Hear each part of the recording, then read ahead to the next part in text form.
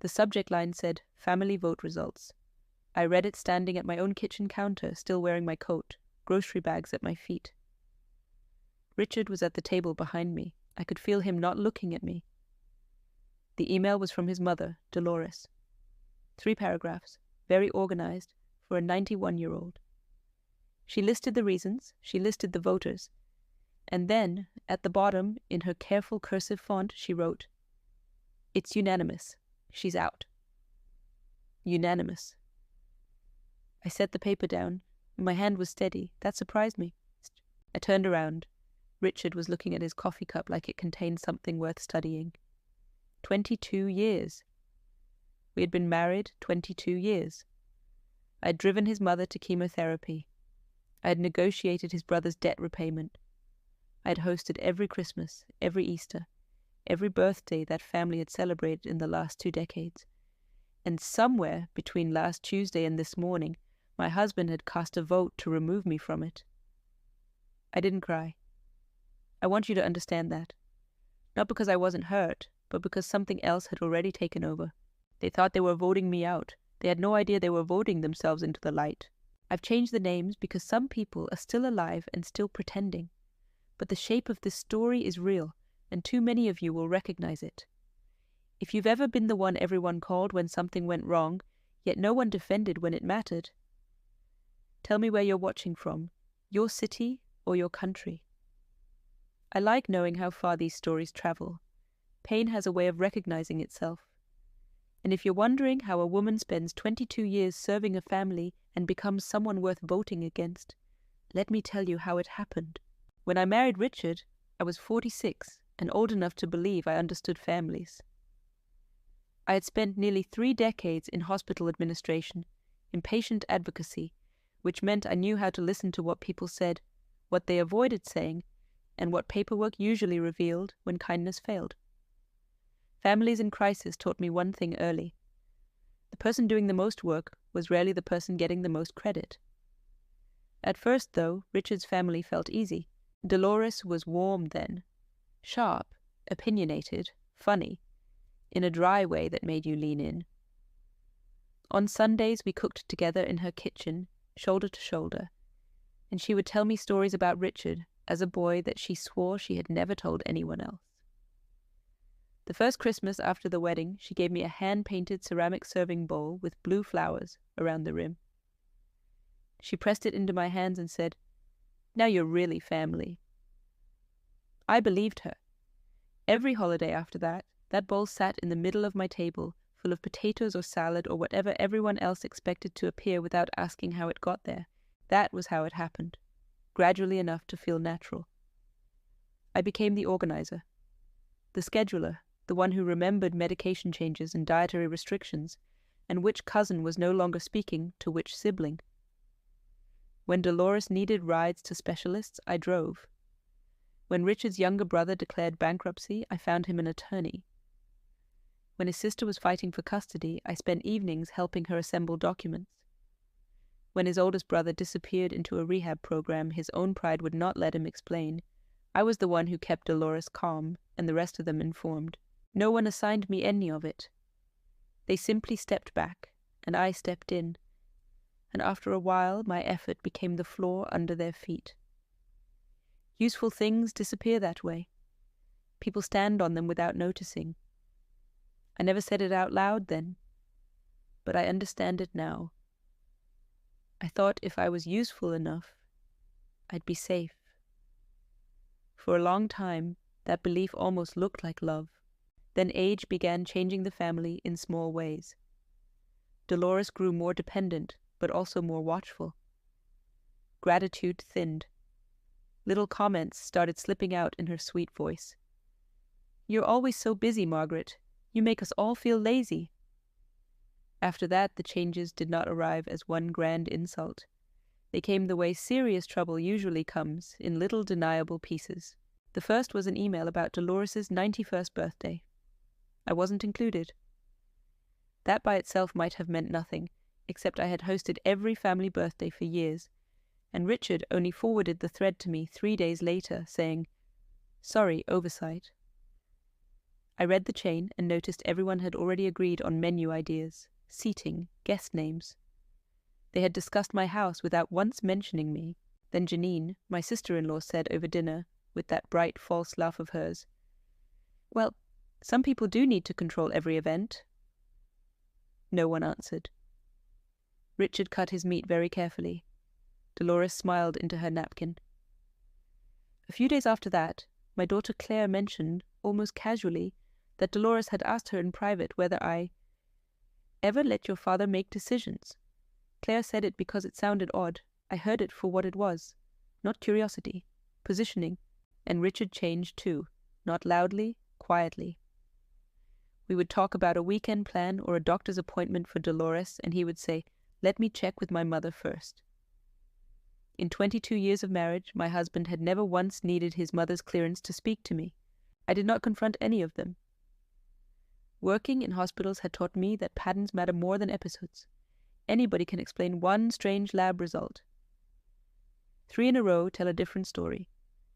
So I started keeping a mental log of dates, phrases, omissions, looks across the table when they thought I was busy serving food. It was like watching a diagnosis form. Each symptom meant nothing alone.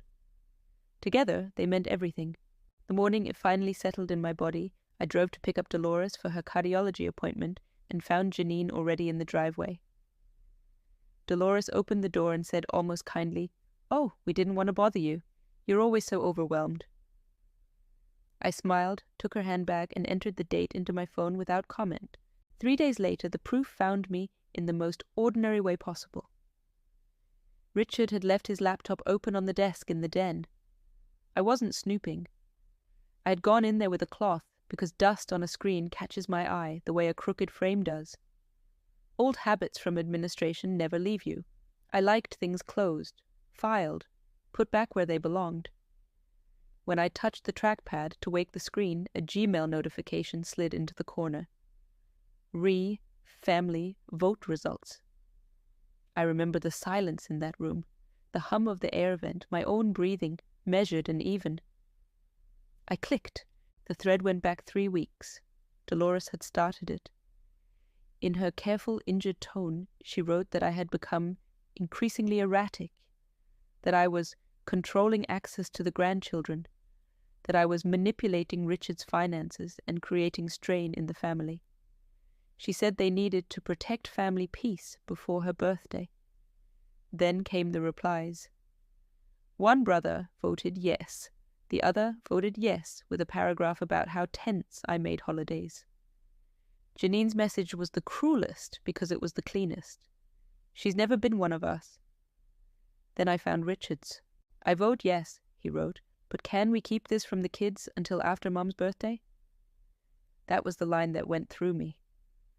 Not because his mother wanted me out, not because Janine enjoyed it, because my husband had chosen timing over truth, convenience over loyalty. I did not slam the laptop shut. I did not call his name. I took out my phone and photographed every message, every timestamp, every address in the thread. Then I wrote down the date.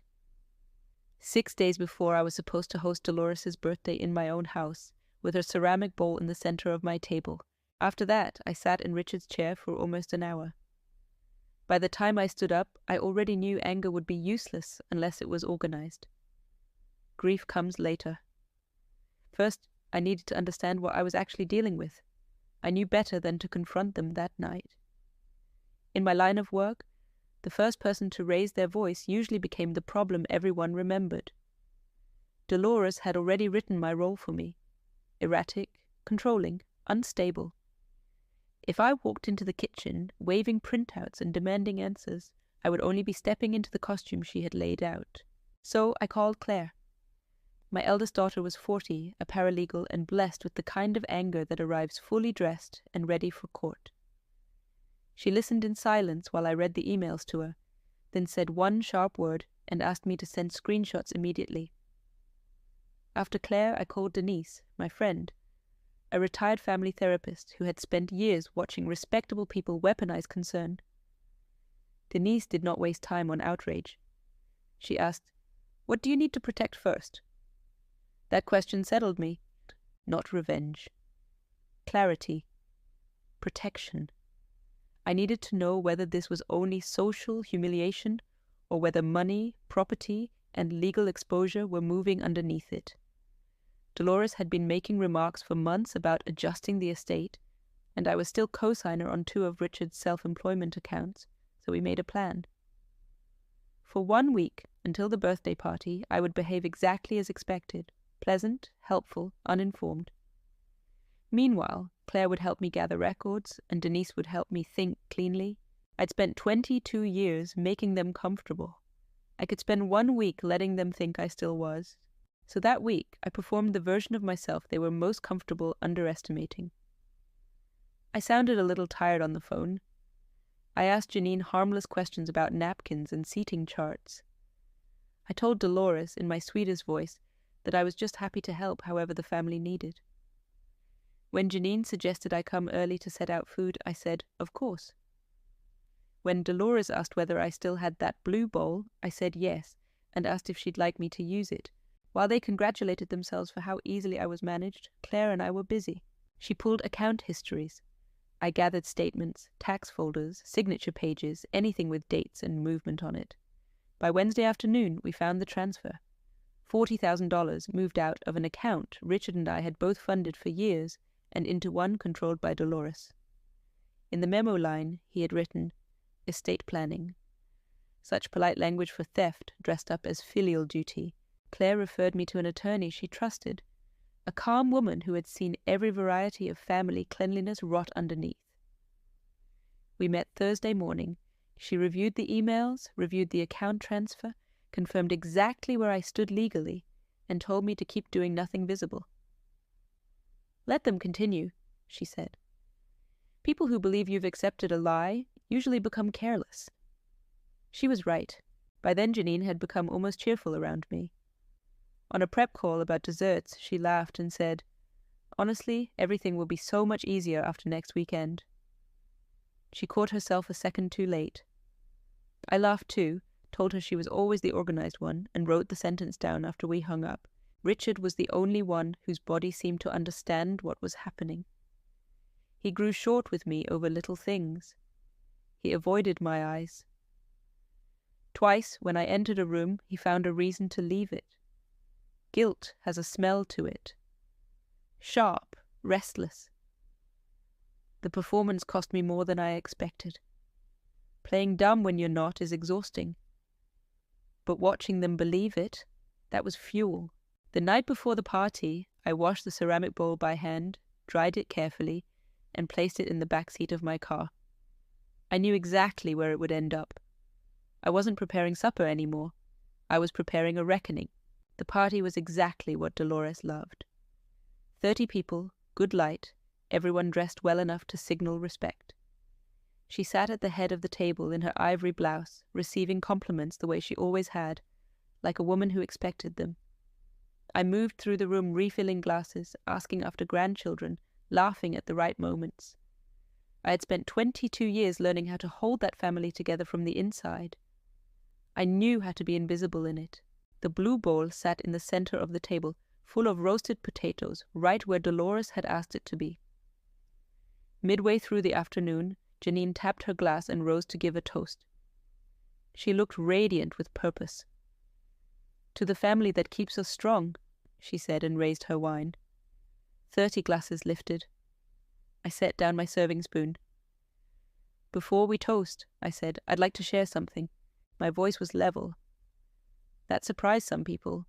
I could see it on their faces. This was not the erratic woman they had been briefed about. I reached into my bag and placed a printed copy of the email chain at each seat. Not secretly. One by one, in the silence that had already fallen over the table. Then I read from my own copy. Not all of it. Just enough. Dolores's language about my being erratic, Janine's line about how I had never been one of them, and Richard's vote, with his request to keep it quiet until after the birthday party. The room did not erupt. It caved in quietly, the way rooms do when something true enters them. Dolores recovered first. This is private family business, she said, her voice still controlled. "You made it family business," I said, "when you involved all 4 of your children." Then I placed the bank documentation on the table and looked at Richard for the first time all afternoon. "Did you vote to exclude me before or after you moved $40,000 of our savings into your mother's account?" He said nothing. His mouth opened once and closed. Janine stood. "You're proving exactly why we voted. Look at how you're acting." I looked at her for a moment. Then I picked up the ceramic bowl, carried it to Dolores's end of the table, and set it down gently in front of her. "You gave me this 20 years ago," I said. "You told me I was family. I believed you. I spent 2 decades believing you. That was my mistake." I paused. "But the vote? The money? Those were yours." I turned to the room. "I'm not asking for sympathy. I'm showing you what I was asked to tolerate in silence." I took my coat from the hook by the door and my documentation from the table. Then I walked out into the cool afternoon air and did not look back. The consequences came quickly, the way they do when the truth has already done most of the work.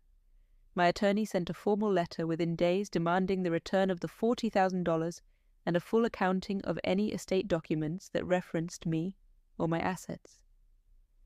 Richard, faced with written evidence and 30 witnesses, did not fight it. The money was returned within 2 weeks. Dolores did not call me. Janine attempted one message framed as concern, asking if I was doing all right, which I did not answer. Several guests from the party reached out privately, not to take sides, just to say they hadn't known, that it wasn't right. Small words, but I accepted them. Claire and her brother both told Richard they needed time before they could speak to him normally. Not an ultimatum, just an honest accounting of what it cost a child to watch a parent be betrayed by their other parent and say nothing. Richard moved into Dolores's guest room. "Temporarily," he said. "I filed for legal separation, not to punish him. To protect myself, which I should have understood was sometimes the same thing, I did not host another event for that family. I closed the door on that version of my life without ceremony, because it had already taken enough of my energy to keep it open. 6 months later, I live in a smaller apartment. I chose everything in it. That sounds like a small thing. It isn't. Claire comes every Sunday. We cook together and we talk without careful editing, and sometimes I think that one easy afternoon is worth more than 20 years of holidays I orchestrated for people who were counting the days until I was gone. The ceramic bowl is on a shelf in my kitchen. I don't use it, but I kept it because I needed something I could look at and remember clearly who I was willing to be and who I am not willing to be again. Here is what I know now. Being useful is not the same as being valued. And if you have to earn your place in a family every single day, you were never given a place at all. I also know this.